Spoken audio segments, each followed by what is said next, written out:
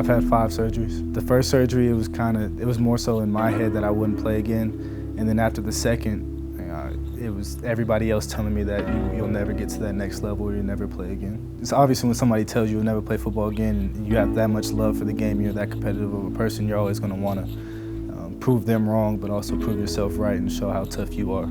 He loves this game. A lot of people say it, but I think, he's walked that walk time and time again. He loves football, and I think I think that's his biggest testament is he's playing it for the love of the game. Winds up and it's picked off! Jordan Fogal, the 6th-year player. It's probably been the longest journey out of anybody I know that's still playing college football, but it's a beautiful struggle. It's a quote I got tattooed on my wrist, and I think I live my life by that, and the journey that I've had to go through exemplifies that. And I appreciate everything that I've been through and got me to this point.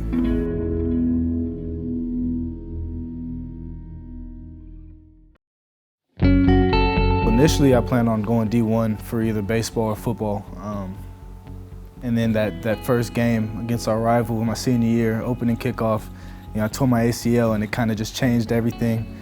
Luckily, I was still able to play. They just gave me a huge brace for my senior year, and I played my whole senior year with a huge brace on, and had surgery after the season, after the playoffs. But I guess you could say I used the surgeries as a motivation to come back.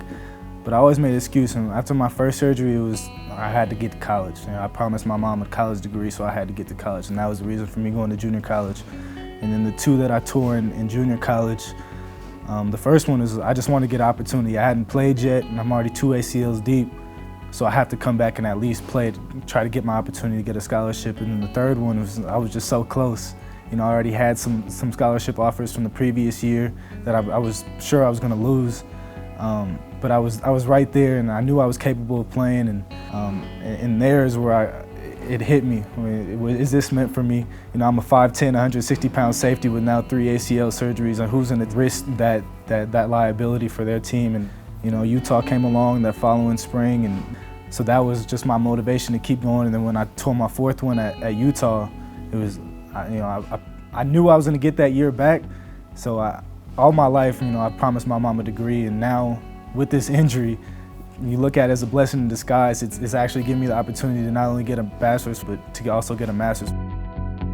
I had a great leader in front of me, the safety. He's now the safety of the New Orleans Saints, Marcus Williams, and he was kind of like my motivator, my mentor. And I never told him that, so I hope he's not watching this. But and unfortunately, he got hurt, which gave me the opportunity to go in and get some playing time, and I played really well. And I just felt that I needed something different. I needed to see something different. I kind of needed a new start, and that ultimately led to my decision to transfer. Hit it, hit it, hit it, hit it, hit it, hit it!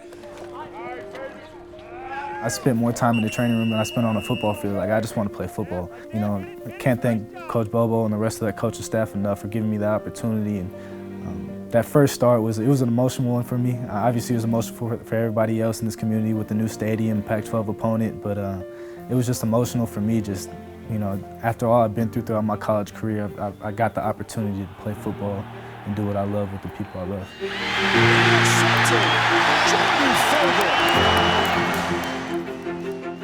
The shoulder injury was a pain. It wasn't like the knee, where the knee once you injure it, you're pretty much done. The shoulder I played through about half the season, and mentally I was fine because I've been through 4 severe surgeries. I didn't know what to expect, just being it was a different surgery in a different part of the body. Just because you have the surgery doesn't mean that rehab goes well every time, and you're going to have setbacks. And the mental fortitude to handle that and to persevere through it. That's the testament to that kid is that he's mentally strong. The pain never goes away. As good as I play or as healthy as I may look, there's a lot of pain that I kind of hide. And I don't like people knowing about that pain that I go through on a daily basis, just because if I'm out there on the field, you expect me to do my job. It doesn't matter what I'm going through, because everybody's going through something.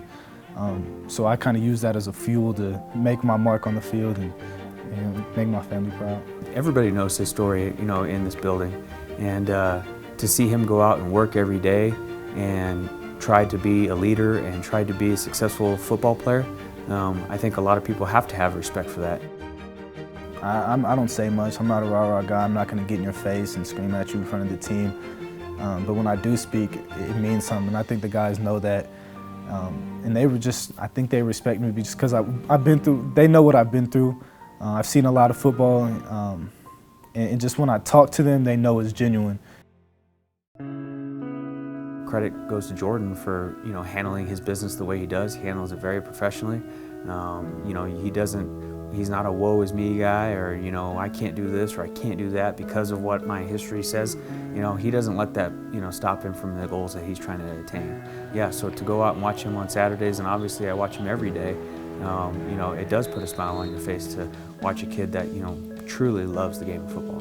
A lot of people don't know about this story and, you know, the amount of injuries that I've had, and when they find out about it and they show how shocked they are and they think I'm lying or I'm playing with them, you know, that kind of fires me up, just because, you know, all that hard work I put in for those 4 years of rehabbing and getting my knees back together, it paid off. And you know, it's a great feeling when people don't even know that you've had one surgery, let alone 4. And I just tell the guys constantly, don't take this game for granted, because you never know what can happen. And college football is a crazy game.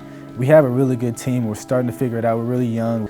You never know with these last 3 games. You look like your season's over, and next thing you know, you're in a bowl game. So with us, it's really just getting that mentality of, you know, we're still in it. You know, anything can happen, and just taking that approach of, you can't quit. You have to keep going. My mom always said that, you know, there's always a light at the end of the tunnel, and it's not always a train.